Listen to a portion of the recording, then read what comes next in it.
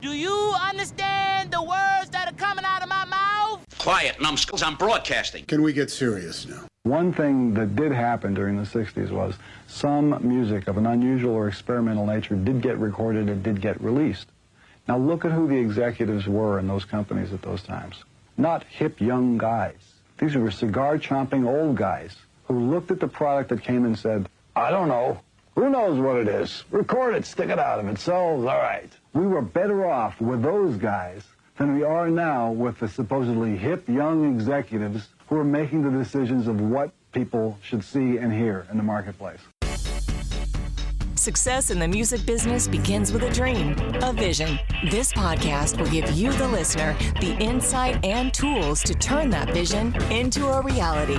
Meet the industry professionals who work day by day behind the scenes, helping to make those dreams come true. Welcome to the business side of music. In the studio with us today in Nashville, Tennessee, I've known this gentleman for a few years now, and I got to tell you, he is one of the most passionate men when it comes to what he does.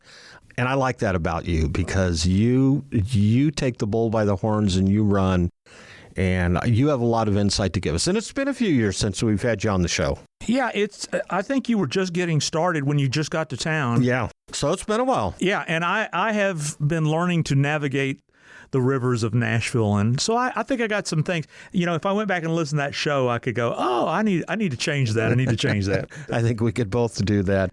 Hey, Mike Stewart is in the studio with us today. He has a company called websitesYouControlYourself.com. Well, websiteyoucontrol.com is websiteyoucontrol.com. That's one of several that you have. But we're going to talk about a lot of things because since the time we had you on the show, I'm going to say it was probably 4, maybe 5 years ago. 5 years, seriously. A lot of things have changed in this business. We didn't look at things the way that we do now. It's a totally different operation. I don't think back then a lot of us took such platforms as YouTube seriously. We just kind of thought it was a gimmick, or, you know, it was kind of out there in the periphery. Mm-hmm. Everybody was really focusing on Twitter and Facebook, and those have kind of become secondary compared to YouTube and some other platforms. So let's pick it up from there. What in the world has changed in the last 4 or 5 years? Well, you know, when you talk about passion, I am an online marketer for the last 20 years. Understanding the mechanics, the tools, the systems, the availability of what's available to people who are willing to navigate those tools, such as YouTube, such as a podcast, all these type of technologies. There's an open entry for everybody, but being a musician and a successful musician, quite honestly, I've always made a living with music since I was 13 years old. And I'll tell my age right now. I'm 67, so that's quite a long time. That just means you have more wisdom, hopefully, than most of us out there. You know, to me, success in music, you know, because I know the name of this podcast is the business side of music. There's music, there's the creative side of music, but there's the business side. And unfortunately, I was unique. I always wanted to be creative and be in music, but I didn't want to be a starving artist. Right. That's a common term that we hear all the time, and it never appealed to me. I like to be what I am, and probably an overweight artist, because I like to eat good, I like to live good, I like to have freedom. To me, success is if I can do what I love passionately and get paid to do it, that's the success. You know, I ask a lot of young people, what do you want to do? Do you want to have a business that lasts a lifetime doing what you love, or do you want to seek fame? And, you know, they're more times than not, their eyes are in the stars, and that doesn't always equal profit. I had a lot of friends in Atlanta that had big hit records that were still playing on the radio, and one of my dearest friends in the world was the lead singer of the Atlanta Rhythm Section. And Ronnie was not very good at business. When the money was there, he blew it. When the money and the hits ended, he started putting sheetrock in Macon to make a living and was depressed because he was crying at my table one time. I used to be a star. And I go, yeah, but you didn't treat this as a business. And so the passion I have is, I said I'm moving to Nashville because the music community that I love is here. Right. And so I could live anywhere in the world and make a living with the internet.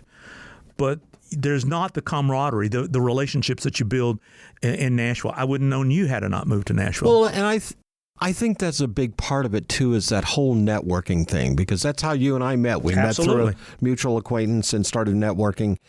And that is part of the business aspect of this industry that we're in is knowing other people, building relationships. Mm-hmm. That is so important. And a lot of, especially in my opinion, the younger generation out there that's trying to make it doesn't get, or a lot of them don't get, building relationships and maintaining a relationship. Nurturing us. They'll do whatever they need to do to get to the top. And if it means burning bridges and, getting other people out of the way, you got to remember, it's that old adage, who you pass on the way up, you'll pass on the way down. Yeah. But YouTube is kind of been a constant. I mean, it's been out there for how many years? But we're just now starting within the last few years, figuring out that this is a great way to monetize your product. Mm-hmm. And what is the product? Well, ultimately, it's you as the artist. You're the product, even though, you have music to sell. But you have to get it out there in front of people. Well, YouTube is a search engine, and it's owned by Google. And I remember one of the things that I was doing 15 years ago, before there was a YouTube, was teaching people who made money online how to use audio and video to get a marketing message to result in a sale. I want to say this up front. Marketing is not evil. Marketing is necessary. There's a lot of creative people, and I speak to them all the time. It's like, you know what? I don't like marketing. It's smarmy. It's wrong. It's evil. But I go, well, you want to make money with your music? Well, yeah. Well, then if you don't market your music and a sale doesn't happen, you don't make money. Now, if you want to do this as a hobby and you don't care if you ever make any money, do whatever you want. Hang sheetrock in the meantime. Yeah, hang sheetrock and write your songs about anything you want to and put them up. And if you never build an audience, so what? But I haven't met anybody that said, "Well, I don't want to give up music. I don't want to have to leave music. I don't want to get a job that forces me not to be able to do music. I want to be able to be creative." I see a lot of young people here in this town. They write 2 sessions, 3 sessions a day, 5 days a week, and they think if they just keep writing and writing and writing and writing and writing and writing, that one of those things is going to float to the top. And sometimes it does, but most times it doesn't. Right, exactly. So the thing is, to me, it's like a factory saying, we're just going to keep building product, and we're going to stock the warehouse full of products, but we're going to let somebody else handle marketing. Well, that's insane. There's no factory in the world. Mayonnaise to cars to stereos. There's a marketing system to get the message out that there is a new, great example, Apple devices. Steve Jobs was a better marketer than he was a programmer. He didn't know the technical. He just knew the vision of how to get the market to buy what he created. And it was brilliant. There's books about the brilliance of his marketing strategies. So the thing about music, if you're going to be on the business side of music, if you don't learn how to, I tell people every day, the music business that you knew when I was a kid is never coming back. You're in the fan building business. And when you, as Seth Godin, who's one of my mentors that I read all of his information, says, when you build a tribe or a fan base and you take them from suspect to superfan, which is a process. That's a great analogy, too, because you have to introduce yourself to them. And at that point, you're white noise to them in the beginning. You're a prospect. You're really a suspect. Is this person any good? Will I like this person? Are they making things? Are they doing things to win me over? They're suspect. Then they become a prospect. And after a prospect, they become maybe a lighthearted fan. We call it a subscriber. It's all about building subscribers and then nurturing through the technologies that exist. Just like you network and nurture relationships in the real world, you have to do it in the online world. You can get in front of your prospects or your suspects, but you have to build that relationship over time. And then ultimately, when you get somebody to super fan, from fan to occasional fan to good fan to super fan, a super fan will buy everything you offer. And that's where a lot of musicians fail. They don't see that process. And then the only thing they have to sell is their original music. there's so much more you can do. There's so much more. And in my world, we call that a marketing funnel. That is meaning having multiple opportunities to engage with you and buy from you. So how do you put that together? What is that process? What is that system? And what does it take to make it happen? Well, one of the things I tell any business owner, and this would be for the same for an artist or a label or anybody in the music business, there's only two ways to get found on the internet. And that is through content marketing, which is essentially what we're doing right now. Right. Or paid advertising. I'm not a big fan of what they used to call organic SEO, search engine optimization. Everybody is organically found for their name. So that's one of the things that you got to get. If you're an artist and your name is Bob Bender, hopefully you have bobbender.com. And you've got to get your fans to know to ask Siri or Alexa, or because that's how people search now, or go to Google on the computer or the tablets. And if they type in Bob Bender, you, as Gary Vee says, you need to be everywhere. Yeah. And that everywhere is not just Facebook or Instagram. That everywhere is Apple directories, Amazon directories, Audible, that is TikTok, that is also Twitter. And then, of course, we started talking about the importance of YouTube. When Google bought YouTube, they knew that the world would be looking for information that they didn't have to read.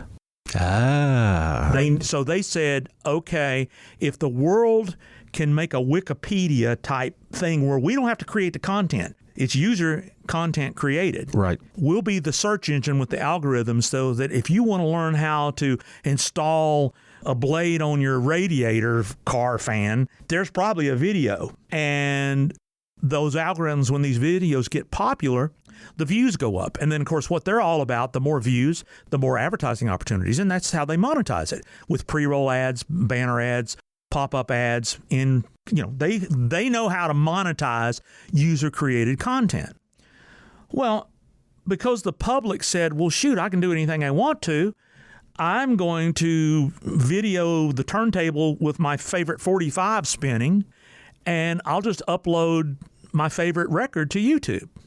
And that started happening many, many years ago. Well, the copyright owners and the master owners, oh, gosh, oh, this is evil, this is horrible, oh, and they didn't understand that the people who were doing it didn't have a clue they were doing anything copyright infringement. And Google said, look, let's work this out.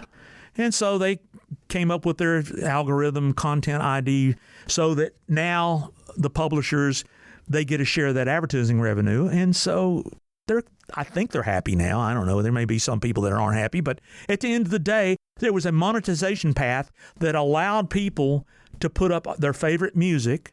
And then next thing you know, YouTube became a popular music streaming service that was advertising supported. It basically became its own radio station. People weren't watching the videos. They were listening to their songs. You could build a playlist of your favorite songs. And, one of the things the music industry did years ago, and I remember when it happened, they got rid of the single. And they made a lot of money from that decision. You're a fan of XYZ artist. You hear a song on the radio and you fall in love with that song. You want to buy that song? You got to buy the other 9 songs you may or may not care about. And there was a lot of money that they made from that. And Napster reintroduced the single. I can build a playlist of the songs I love, and the world loved it. That was the aha moment that the music industry should have said, the public doesn't like what we're doing, and we better figure out a way to monetize the new way. Instead, and there are probably some people out there that are not going to like me saying this, but I'm going to say it anyway, they fought it and tried to shut it down, and they didn't win. Right. You can't fight markets. The markets tell you what they want. The market says you took away the single, and now Napster bought it back, and we love it. Oh, by the way, we don't have to pay for it. That's even sweeter. Yeah, it changed the whole dynamic of how the music business operated that moment on. Right. Well, YouTube is hopefully doing it as fairly as it can possibly for the copyright owner. But of course, I hear publishers and songwriters, they're feeling like it's not fair. Well, that's an argument for lawyers. Google has more lawyers and money than than we know what to do with. With maybe the exception of Apple and Amazon. Well, those are the big boys. Yeah. But for every door that you think they shut, they open 20 more. And that's what I try to tell musicians is like, Do you understand? Well, I'll tell you a great story, and I'm sure Ray Stevens wouldn't mind. The reason I moved to Nashville is Ray Stevens became a consulting client when I was living in Georgia. And I was working just fine with him remotely. I mean, to me, it was like, hey, I can work with anybody in the world.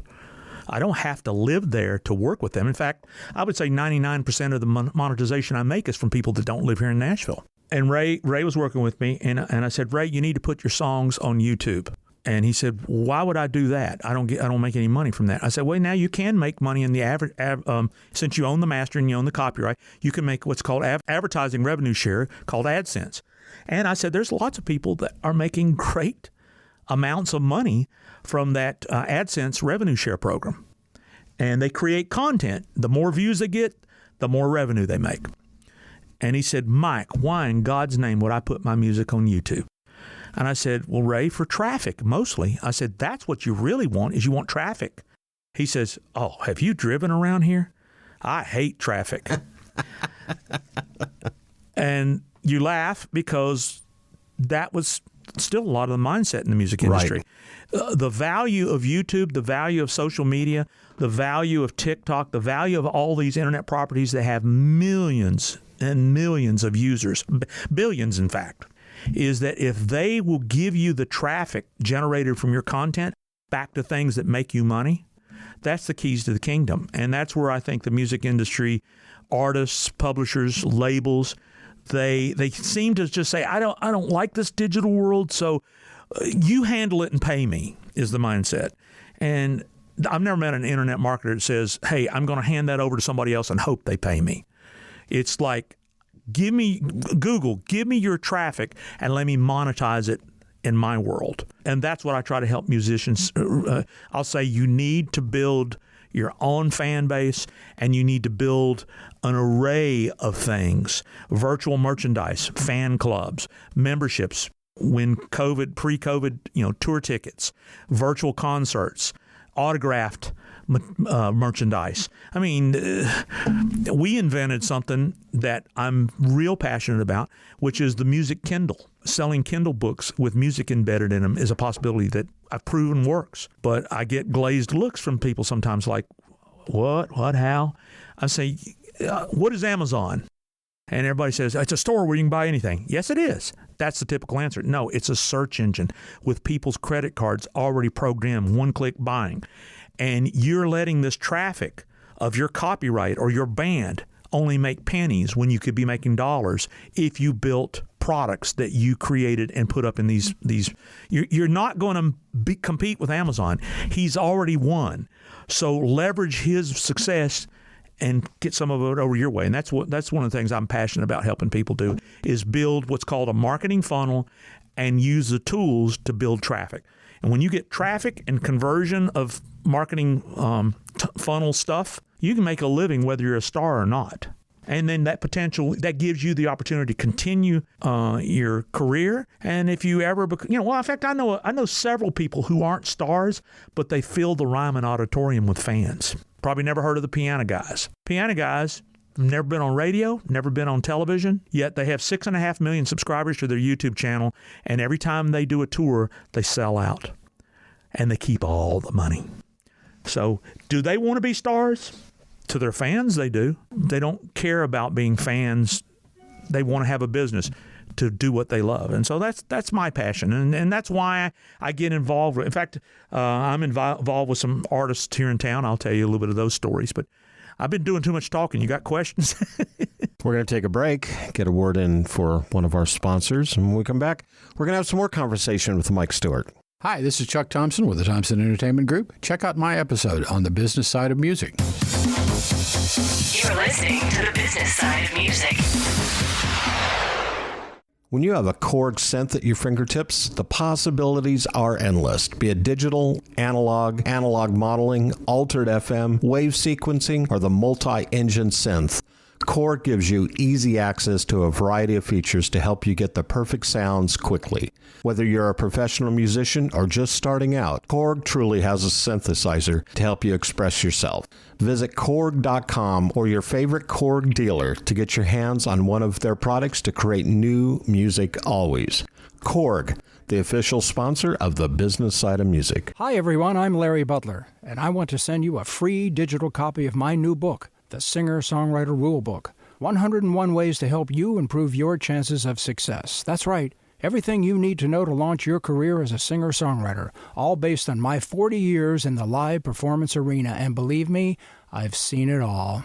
In my book, you'll find the 10 things you have to deal with before even thinking about becoming a singer-songwriter performer. You'll also learn about the 5 things every singer-songwriter can do this weekend to make their live show better. 5 things I can guarantee that you are not doing already. Plus, there's tips on songwriting and staging, photo and video shoots, publishing, merch, dozens of other topics. All written for people who don't particularly like to read. And again, it's free. Just go to the Business Side of Music website homepage and look for my book cover. Click on it, and a free digital copy of my book will be yours. I'm Larry Butler, and I approve of this message. You're listening to the Business Side of Music. Back in the studio, Mike Stewart. If your passion is not being picked up by our listeners and our viewers, something's wrong, because you're just oozing with it, and I love your passion. I really do. Let's talk about real quick the Kindle book with music, because you've touched on that when we got together a few weeks ago and got to talking about that. That is a source of revenue that I would think a lot of creative people wouldn't even consider doing. Right. A book with music? What is that? Well, Kindle is an electronic book, and it is a huge part of the Amazon world. You can buy a lot of people still like hard copy books that are shipped in the mail, and Amazon will sell you one if you want to pay for it. But people all over the world love reading the books on their tablets and even on their phones. In fact, when I buy books, I buy it on my iPhone. I have a Kindle app and love reading books on my phone when I'm on airplanes or relaxing. So the delivery of an ebook is worldwide. It's all about being found in Amazon. So if you have a famous band or a copyright, a famous song, Wind Beneath My Wings is a famous copyright. Obviously, the Beatles or Jason Aldean are famous artists. If you type those words in Amazon, their results are going to come up like a search engine. But the only thing they're offering to sell is a shippable CD, which sadly most people don't want anymore, or stream the music. Even downloads are becoming less and less popular. People don't want downloads. They want to build a playlist in their streaming services. Right. So one of the complaints here in Nashville that I've learned since I've been here is that the stream rates don't pay enough money. So the solution is get the government to legislate us to a higher rate. Well, good luck with that. Yeah, in another 40, 50 years, realistically, we might see that, and it's still not going to be adequate. But anybody in the world can write a 20 or 30-page document with pictures telling the story of an album or a book. People, it's like bringing back the liner notes to digital is the way I look at it. Yeah, that's a great way to look at it. I used to buy albums to read the back of the cover, who played on it, the stories, I love the information that accompanied the product. So a Kindle book will deliver all that. It's just think of it as expanded liner notes and stories, pictures from the session. A great example is Hold On, I'm Coming. Great old song by Sam and Dave from the Stax area. My friend William Bell said Isaac Hayes was in the bathroom, and they said, "Man, come on, we got to do this session." And he yelled out from the bathroom, "Hold on, I'm coming." And that was how the song title came about. That was the hit. I love that. Hopefully you love that too. Did you know that story? I did not know that story. Well, now you do. And see, that's what I'm saying is when you can sell these stories combined with music, it's a glaring opportunity in the world's largest marketing search engine. I know one of the things I do on Facebook, and not as often as I should, but every once in a while, I'll post a useless musical trivia for the day. Mm-hmm. And it might be something that I have found on Wikipedia or somebody's posted an article, and then I'll research and do more detail. And it's amazing the feedback I get from people are going, "Oh, I didn't know that. That's amazing. This is great. How can I find out about these things?" And that's, once again, where those liner notes where we were you and I as kids, that's when you bought the vinyl album and you took out the record and it was either in the sleeve or it was on the album, you read the liner notes, like you said, not only to figure out who played on it, but where it was recorded and who wrote the songs. And because myself personally, I started connecting the dots. Mm-hmm. I'm like going, oh, this person played on this album, but wait a minute, they're on this artist album too. And didn't I see him on that album? And you follow those people and you realize there's a lot of history being made there. And if you are a creative person, if you're a musician, if you're an artist, that is something we can't forget. Mm-hmm. That there is a lot of legacy, there's a lot of history that got you as the individual where you are today. Well, and you know, one of the things I learned from reading those liner notes and seeing those histories is that those were relationships. You know, those relationships helped breed that success. You know, I still love reading the history of music. I just read the Burt Burns biography, and then I read Tommy James's biography recently. And the connectivity between all this famous music I loved is just fascinating. The Brill Building and Music Row in the early days and Memphis music. But what you found out is a lot of those success stories that we all loved were relationships. If Ray Stevens hadn't had Norbert Putman and David Briggs moved to Nashville, we wouldn't have Jimmy Buffett.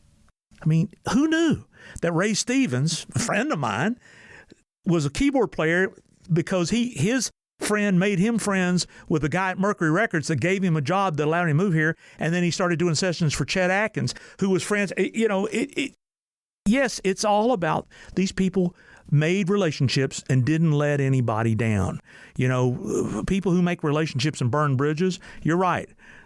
Sometimes they get embittered, but if you just do the right thing and build relationships. So when I looked at all this, I mean, every success story I've ever had a personal insight on was there was relationships. William Bell, who's one of my dearest friends in the world from Stax, he went to the church and the organ player was Booker T. Oh, my gosh. And William, they were kids, and Booker was the church organist, and William was in the choir, and Stax Records was started by a country fiddle player and Hoyt Axton's mother.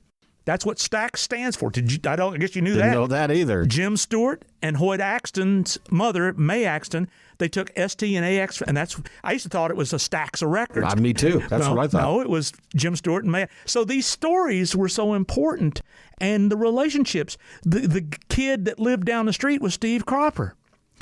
You know, Memphis was like this little hodgepodge of musical worldwide history. If it hadn't have been for Burt Burns, I don't know if the Beatles would be as big as they are, because Burt Burns wrote Twist and Shout.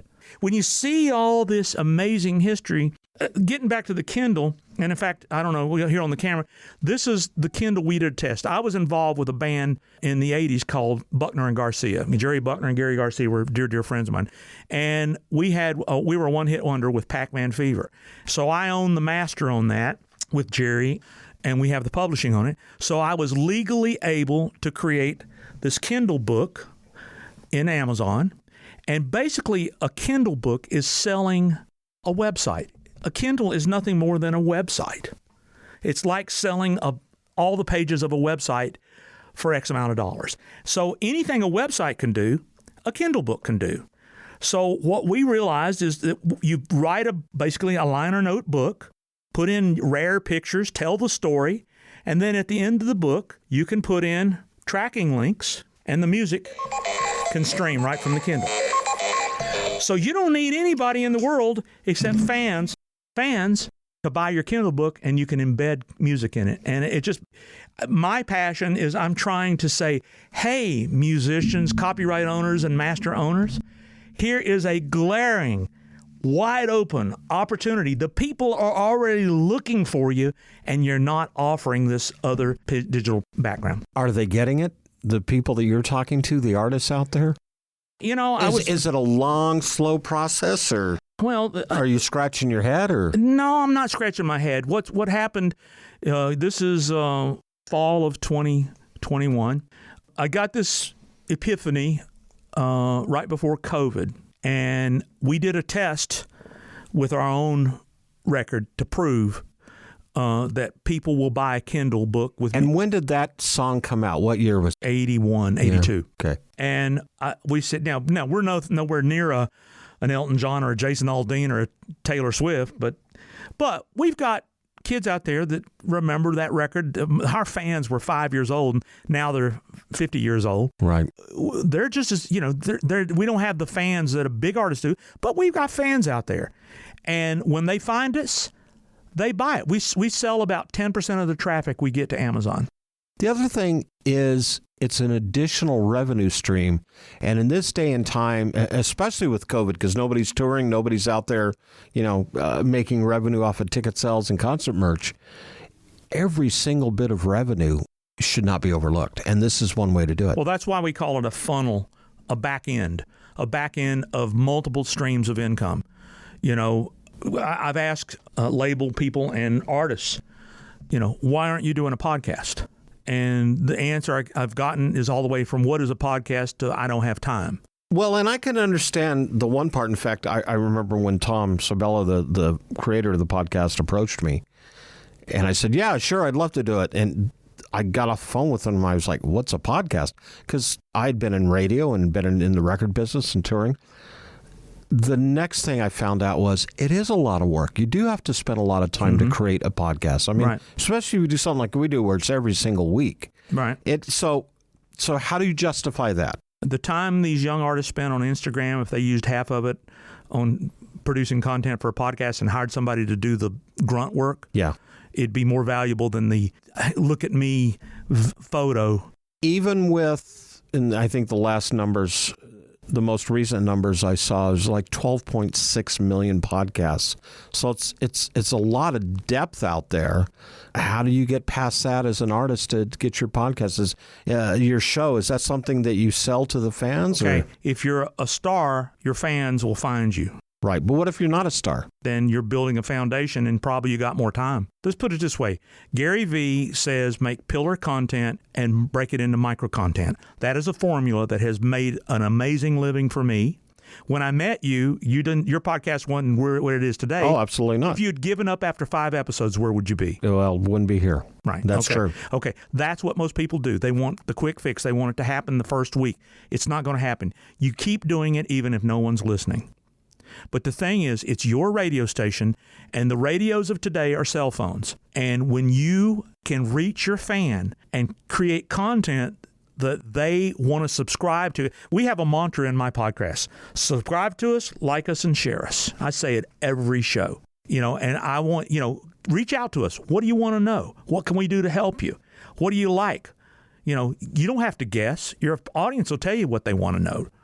And then it doesn't, obviously we have nothing scripted today. We have no problem talking, do we? That's absolutely right. Well, that's one thing that you have to do. You gotta be interesting. You gotta be passionate, and you gotta find your fans.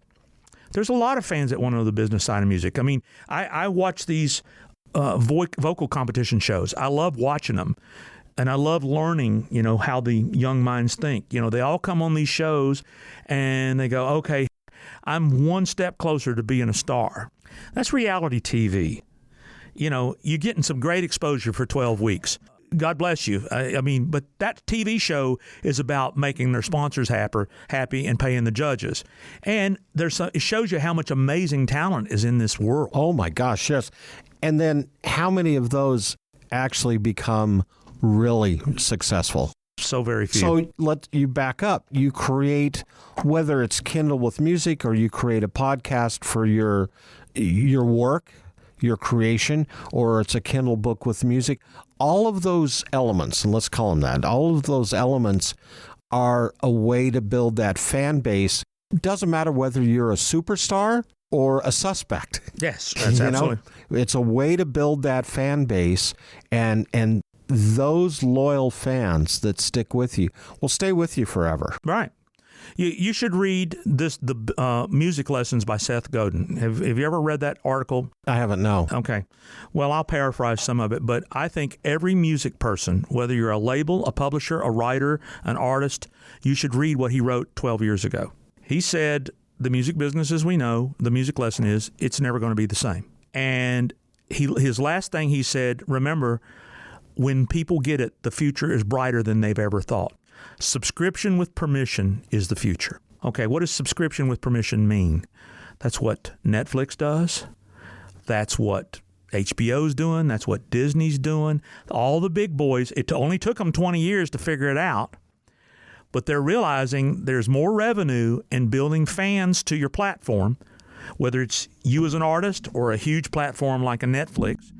But when you get reoccurring income by creating content that your fans love, everybody's not a Netflix subscriber, but there's enough to where they're doing okay. Yeah, absolutely. Okay, and they spend 80% of their revenue creating more content to keep their subscriber base. But they don't need advertisers. All they need is super fans, and that's what they've done. And it took a while to build those super fans. So you can do that on a micro level if you're not famous. And if you are famous, you need to really see how are you spending your time. It's too easy. An hour a week for a celebrity, if you can't find an hour a week, you're partying too much or something. Let's drill down a little deeper. Okay. When you talk about the micro success. Micro content, I'm sorry. When you talk about that, especially with the young, and I got to tell you, I've followed a couple artists who have built podcast shows, and I loved what they were doing. And then after 2 or 3 episodes, they went away. And it was what we talked about earlier. It's just a lot of work for them. But it's building this content, much like Amazon and HBO and Disney and Hulu and Netflix. They're all building content because that's how you keep your subscribers. Right. And that's what you need to do. And it needs to be something new and fresh and creative. So let me get back around to where we started. Is YouTube one of those platforms that you can do that with? Absolutely. How viable is that? Well, all the platforms will create fan base and subscribers for you. Is there one more important than the other? No, they're all important. Okay. That's why Gary says be everywhere. In other words, but one of the things you can do, you make one piece of content and you can repurpose it into multiple pieces of content and micro content and put it everywhere. You can take a podcast and you can put a video slide to it and it become a YouTube video to populate your YouTube channel. It's not about, I look at music channels and the only thing they have is expensive music videos.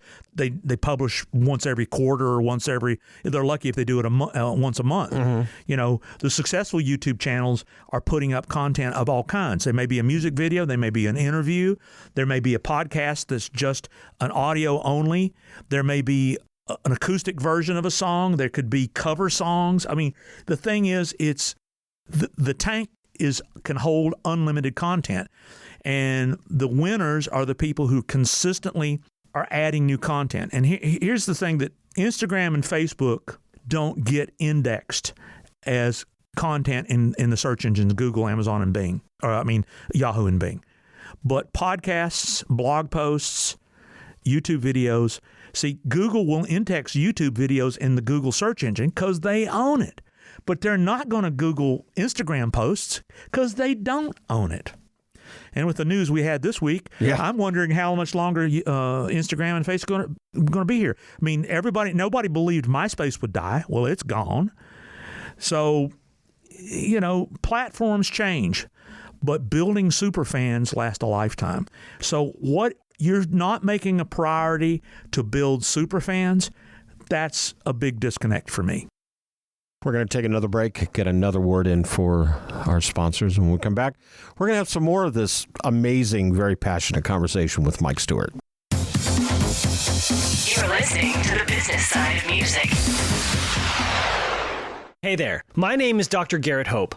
I am a composer, coach, podcaster, and speaker. I've been focused on building my music business since 2014 and helping others build theirs since 2015. I want to tell you about the second annual Ultimate Music Business Summit we are organizing. It'll take place early January of 2022. There will be dozens of presentations with highly actionable content, all of it available to you so you can start your business, grow your business, and ultimately make more money. Because here's the deal. Unless you earn all of your income from an employer, you are a self-employed small business owner. And if you want to do more than survive, if you want to grow your audience, or if you want to impact more people, you have to think and act like a business owner. And that means this summit is for you. This summit will give you real-world, not theoretical, strategies you can implement immediately. You don't need to be stuck with fear or living in your failures. I promise you, with all the teachers lined up, you will get something you've never thought of before. Even though building a business is hard, no one is promising it's easy. It is possible. You just need the right tools and strategies. Tickets for this virtual event will go on sale soon. To be the first in line and to get more information about the summit, presenters, and more, go to musicsummit.biz. That's musicsummit.biz and add your email to the list. Since 1963, Korg has been creating new experiences in music and performance. That is what drove the creation of some of Korg's most legendary products, such as the Poly 6, the M1, the Electribe, the Triton, the Minilogue, the Kronos, Wave State, Op 6, and most recently the Nautilus, which is what we have here in our studio. Korg is dedicated to creating new, innovative, and uncompromising instruments which maintain the highest quality to inspire music makers, past, present, and future. Visit Korg.com or your favorite Korg dealer to get your hands on one of their products and start creating new music always. Korg, the official sponsor of the business side of music.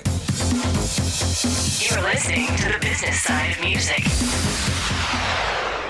Back in the studio, Mike Stewart across the table here in Nashville, Tennessee. First of all, I want to thank you for coming in today. It's been way too long. I'm glad we finally reconnected. And we got to get back out on your boat. We got to check that out. Get on the lake. We're going to do that when the warm weather comes. Well, you need to come up to what I call the Redneck Houseboat Writing Room. And I go up there and I write music. I'll tell you about one of my projects I'm doing up there before we close out. Yeah. Let's get back to the subject at hand that our listeners hopefully are absorbing. And when we talk about YouTube, I think we've brushed along very lightly websites. Is one more important than the other? Should you have a website and a YouTube page? And how important is that website? And I'll preface that by saying I see a lot of websites out there that look okay, but don't look great. Is that a turnoff? Well, I know I threw a lot at you there. Okay. Well, as an artist, not so much as a business owner, most websites that are even consumed are consumed on cell phones. So if they're not mobilely responsive, all that beautiful design. When I look at artist websites, pretty much all of the artists, let's just take any celebrity, Reba McEntire, it looks like a magazine cover. It's not a marketing website. And that's probably what she needs for her brand, her image. But there's other ways to get indexed in Google other than your branding site.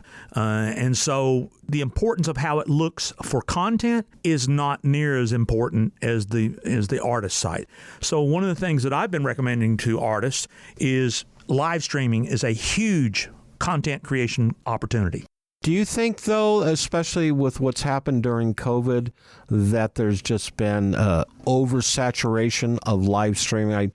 We have some friends here in the neighborhood, and she, every week, would do live streaming on Facebook, and there'd be a dozen or so people, and I just didn't see any growth. And I would tune in religiously to see what she had to offer, and I don't know, is that a turnoff? But let's talk about live streaming. She didn't build her fan base, so therefore she had nobody showing up. Keith Urban and Nicole Kidman, when COVID hit, did a Facebook Live with I remember that. That was an amazing live stream that they did. Yeah, right. And because he's a celebrity, he had hundreds and hundreds and hundreds of thousands of views. Well, but he didn't link back to anything that was monetization, so he looked at it like, well, that was fine. It kind of kept me out there. It's cart before the horse. If you don't build your fan base, your live streams are not going to be having big numbers. You've got to buy paid. I told you at the beginning of this, you got to create tons and tons and tons of content to get indexed to increase your traffic. You've got to building your YouTube channel. Like the YouTube channel is a traffic generation process. It's not an income producing process. It's a traffic generating process that markets whatever you're selling. As an example, when we put up videos in our YouTube channel, we, at the end, hold a QR code in the video so that people can hold it up to their computer monitor, and the QR code takes them to our book on Kindle. So in other words, we're all about generating traffic to the things that make us money. So it's not any one thing. It's a summation of 1,000 little things. I was meeting with a client the other day that we're working on his YouTube channel. He's beginning to get some momentum with that. He's not doing end cards. He's not doing iCards. He's not doing YouTube pre-roll promotions. He's not doing banner ad promotions. He's not. There's all these little pieces of I's and T's to cross and I's to dots that he's leaving out. And then he puts up a video, and like you were saying, this lady who's doing it doesn't always have to be music performances. It can be interviews. And leveraging the interviews of celebrities. If this writer is friends with Keith Urban and could, get on I use a system called Join StreamYard. You can, with a phone, you can do an equality interview with anybody in the world, video interview, and download it and repurpose it. So, I do all of my podcast interviews with StreamYard. It makes an amazing audio file. It makes an amazing video file. So just turning on the phone and playing a song, that ain't the magic. The magic is creating lots and lots of content to build a database of superfans. Once you got superfans, point those superfans in all of your content how they can spend money with you. And those are the pieces of the puzzle that I see everybody leaving out. So, okay, you do 4 or 5 live streams with your phone. Nobody shows up but your mother and your next door neighbor. And you go, well, this was a waste of time. Yeah, well, I can show you something here later that is a niche that they've got 10 simultaneous YouTube streams running, and at any one time, they've always got 10,000 listeners at any one time, and they've got 4.5 million subscribers to their YouTube channel. Okay? You talk about YouTube. When a subscriber subscribes to your YouTube channel, every time you post a live stream, every time you post a new video, their phone dings, says, Mike just posted something. It's like, imagine if every radio in the world would ding while you're driving around the car and say, hey, there's a new Beatles song coming on right now. Hit the play button and listen. That's what is available if people use the tools. People leave these out. They do a little bit of it. It seems to be a waste of time, and they quit. And those are the people that unfortunately aren't getting it. And the people who do we used to say it was like pushing a boulder. You push the boulder and you go, it ain't moving. I give up. Or you keep pushing and you just say, I know this thing's going to move someday. And then all of a sudden it moves a little bit and it moves a little bit. And then once it starts getting momentum, you can't stop it. And that's what you have to do. You have to be passionate to stay on it till it gets somewhere. And if your content is good, you're willing to spend time and money, because you got to spend one or the other or both, right. Preferably a little bit of both. You can take people from suspect to superfan. And as Seth says, when you got 10,000 superfans, you can make a 6-figure salary the rest of your life. Now, to Keith Urban, 6-figure salary is like, well, shoot, that ain't that much money. But there's a lot of people out there that love to have a 6-figure salary doing what they love. Right, absolutely. And that's who this is for. And then guess what? If for some reason you're Lil Nas X in Atlanta and you got a dumb little song about riding on a horse, and you use TikTok to make a meme that goes viral, and the next thing you know, your streams go through the roof. He forced the world because he had the super fans. And then he was smart enough to say, shoot, he don't know me, but I'm going to, he through Twitter got connected with Billy Ray, and Billy Ray was noted in saying, he says, man, you already got a hit. He says, yeah, but I want to do a remix with you. Yeah. And he says, so you write a verse to it. What? That's like me, I want to hold your hand, and he goes, John and Paul come up and say, Mike, we want you to sing on the record, write a chorus to this. Well, it's already hit. No, he had the vision. He knew it would go to the next plateau by doing these strategies. And reach a whole new audience. And it worked. Whether you like him or not, the marketing was brilliant. And, when you know what the record budget was on that song? $50. He spent $30 at BeatStars and $20 at $20 Tuesday in Atlanta on Northside Drive. I know the studio exactly. There's a studio in Atlanta that still does that, a hip-hop studio, that will give you an hour of Pro Tool times for $20. His budget on that record was $50. It ain't about the budget. I'm not a fan of the song, so for those of you that like Old Town Road, I think it's interesting. I think the marketing was brilliant. He built his super fans, and he revolutionized and, quite frankly, angered the music industry because he built fans that made it happen. He didn't give a song and then say, okay, go find me fans. He found his fans first through Twitter and TikTok. Independent artist, wants to retain your services so you can help guide them, how do they find you? Well, and I know there's a lot of them. I got a lot of websites, but I want to talk about a couple of things here that would really help musicians. I've got several entities. Music Biz Internet, musicbizinternet.com is my site dedicated to what I call the artist digital formula. It's absolutely free. Go there, and it's like if you said, how do you make a chocolate cake? The recipe's right there. Now, I know some people want help with that. I have a partner named Ray Lane who is a YouTube expert. We have tube music promotions now. Like in the days of radio, there are paid services to up your ante on YouTube. And Ray is an expert and a student of a guy named Daryl Eves. So if you go to YouTube and search Daryl Eves, Daryl made the Piano Guys. He is one of the top YouTube consultants in the world. You can't hire him. He refuses to work with music people. The reason being he gets more money from Google, so he doesn't have time. Ray and I want music people. So go to tubemusicpromotions.com. And MikeStewart.live. That's my podcast and live stream where I talk about marketing and music. And then, of course, I'm now the keyboard player for an oldies band called the Box Tops. That's right. So you can check us out at boxtops.com. In fact, I got to share this with you here now. One of the things I built is another thing called Phone Fan Builder. And we tested this. And at concerts, we tell people to put, just think about it. Play with me here for a second. How many people have a cell phone in the audience? I would think everyone. Okay. So, guys, did you like what you heard tonight? Yeah. Well, here's what I want you to do. Dial 277 Box Tops. Just dial 277 Box Tops, and the phone rings. Thanks for calling the BoxTops.com fan line. Hi, I'm Mike Stewart, keyboard player for the Box Tops, and we're going to be sending a text message link to you instantly to your phone with a link to our tour schedule and how you can listen to us on all the streaming services. So thanks again for calling. So everybody in the audience, I've captured their phone number, and now I can text message them because they just opted into my text message marketing. We tested this with artists. 40% of the audience will dial the phone number if you give them something of value.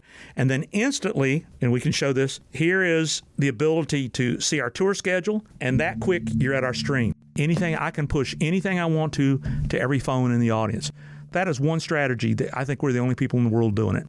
But we've tested it with a couple other bands. 40% of the audience will connect with you if you offer something from the microphone to the phone. Live. While on stage. Live on stage, yeah. Yeah.